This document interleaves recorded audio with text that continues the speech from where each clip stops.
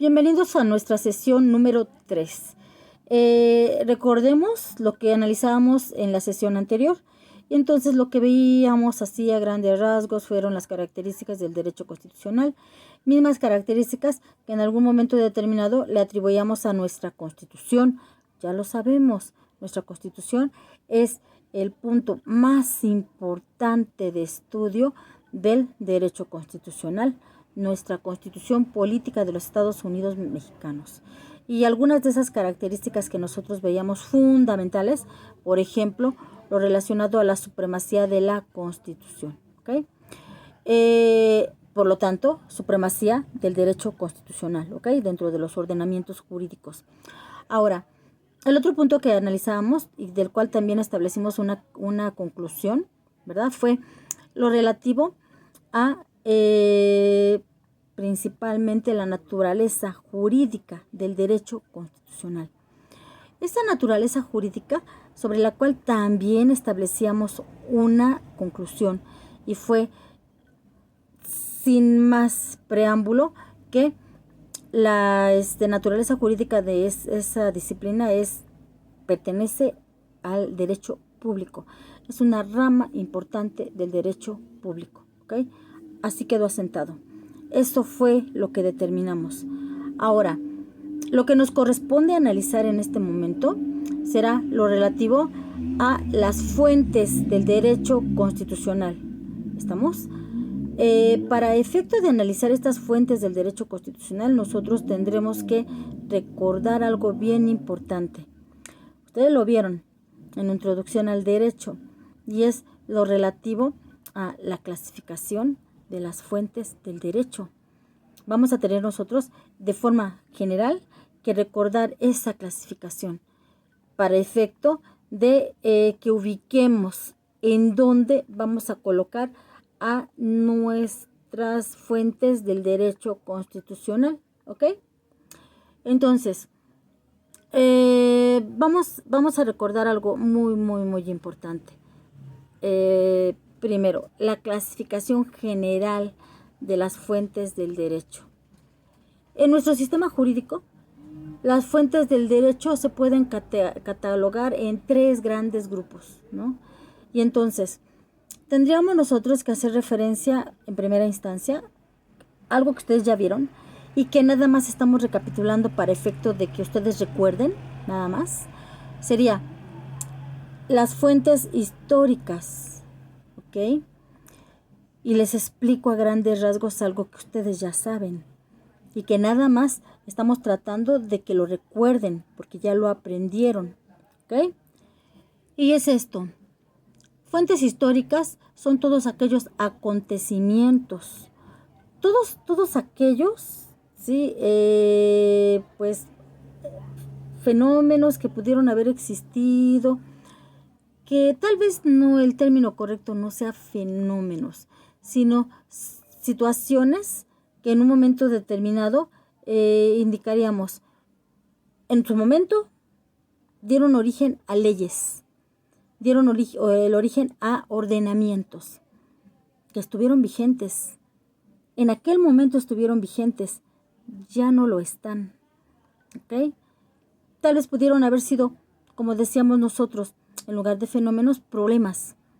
Sí, que motivaron en el legislador la necesidad de en aquel momento legislar. ¿Sí?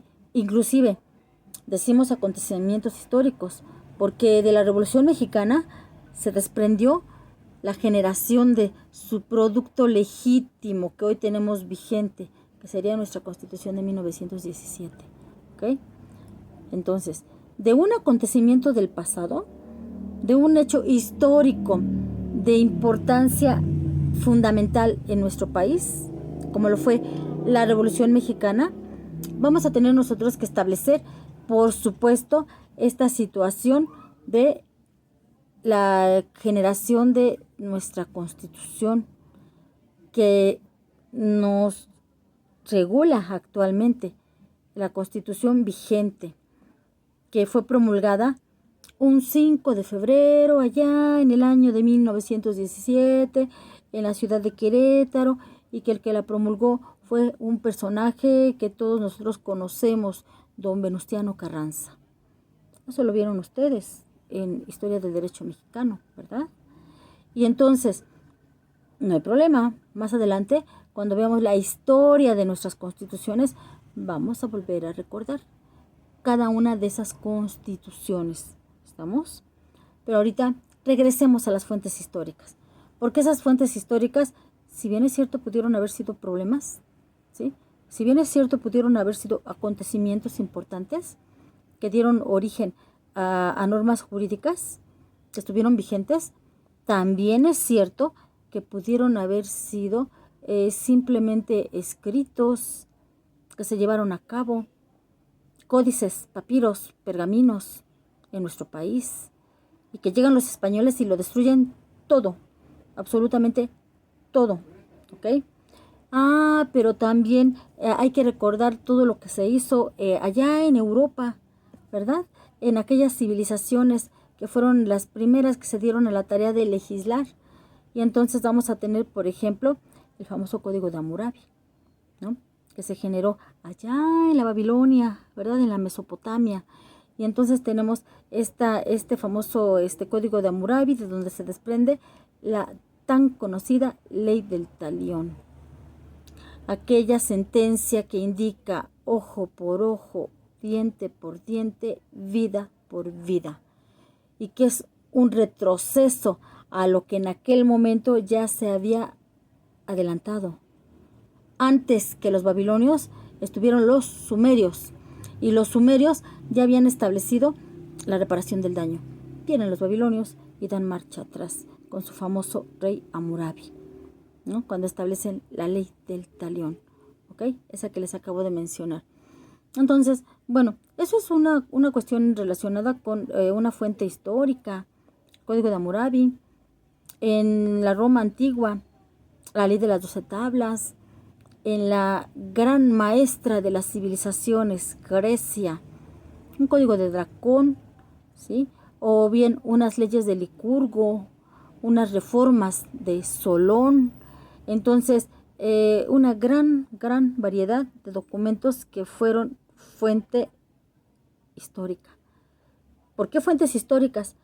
Porque estuvieron en su momento vigentes, pero ya no lo están. ¿Okay? Hoy en día ya no están vigentes y entonces ya no están aplicables, ya no se aplican. Aunque si estamos hablando de la ley del talión, se llega a aplicar cuando alguien pretende cobrarse por sí mismo la ofensa que se le ha inferido. Sí, pero resulta que eso está prohibido y está obviamente determinado en la Constitución, en uno de sus preceptos, que nadie puede hacerse justicia por propia mano. No está permitida la venganza privada en nuestro país. No está permitido ese ojo por ojo. No. Entonces, eso es algo que nosotros debemos de resaltar. Las fuentes históricas son aquellas que ya no están vigentes, que estuvieron en su momento vigentes, se aplicaron, sancionaron, castigaron, lo que ustedes consideren, pero ya no están, ya no son aplicables en nuestro territorio, ya no se aplican, ¿ok? Entonces, esas son las famosas fuentes históricas. Ejemplos, ya lo dijimos: Código de Hammurabi, Ley de las 12 tablas, las reformas de Solón, el Código de Dracón, las leyes de Licurgo, que ya mencionamos. En nuestro territorio, por supuesto, todos los códigos que antecedieron a los que están vigentes actualmente, ¿no? Entonces tenemos un código penal de 1872, tenemos una legislación civil que se pudo haber promulgado 1857, tenemos un código de comercio de 1800 también 44, ¿no? Entonces tenemos un código penal, ya lo había mencionado. Tenemos, por ejemplo, la primera legislación en materia laboral. Vámonos con las constituciones. La constitución que tuvimos en nuestro país, la constitución de 1824, la de 1836, o sea, las bases orgánicas, la de 1843 son las bases orgánicas. 1836, ya lo saben ustedes, las 7 leyes, ¿no? La constitución de 1857, promulgada por Ignacio Comonfort. Entonces, muchos documentos que estuvieron vigentes y ya no están. Esa es la fuente histórica. ¿Ok? Bueno, vámonos con las siguientes fuentes, las fuentes reales o materiales. Estas fuentes reales o materiales, que aquí sí es más acertado decir, son fenómenos de carácter económico, político, social, que han motivado en el legislador la necesidad de generar una normatividad. Y entonces, esas fuentes, por supuesto, reales o materiales, van a ser problemas como la contaminación, ¿sí?, que ha generado una serie de disposiciones hasta llegar al grado, ¿sí?, desde hace algunos años, que se prohibieron las bolsas de plástico, ¿verdad? Ya después se implementó, gracias a la tecnología, se implementó bolsas que supuestamente se pueden degradar a un 100%, ¿ok? Entonces, ¿qué es lo que sucede aquí? Vamos a tener nosotros que, ¿por qué decimos supuestamente? Porque existe el rumor que muchas personas, claro, que se dedican al manejo del plástico, no se deshicieron de sus bolsas que tenían que, obviamente, desaparecer, porque era demasiado el tiempo que tardaba para su degradación. Entonces, lo único que hicieron fue ponerles esta leyenda de 100% degradables, ¿ok? Y que son amables con el planeta, y todo esto en letras verdes, ¿ok? Es lo que se piensa, que está seriamente manipulado ese aspecto, y que ya, obviamente, no se hizo ningún tipo de desecho de esas bolsas que ya existían para efecto de cumplir con la norma, con lo que se establecía. Ok, bueno, dejemos eso a la conciencia de las personas que lo hacen, ¿verdad? Que lucran y que pues toman a la ligera esta cuestión del daño que se le está ocasionando al ambiente. Problemas ambientales es lo que ha generado, por supuesto, la necesidad de esa normatividad, de crear esas normas, ¿ok? Que de las cuales se desprendan estas prohibiciones. ¿Estamos?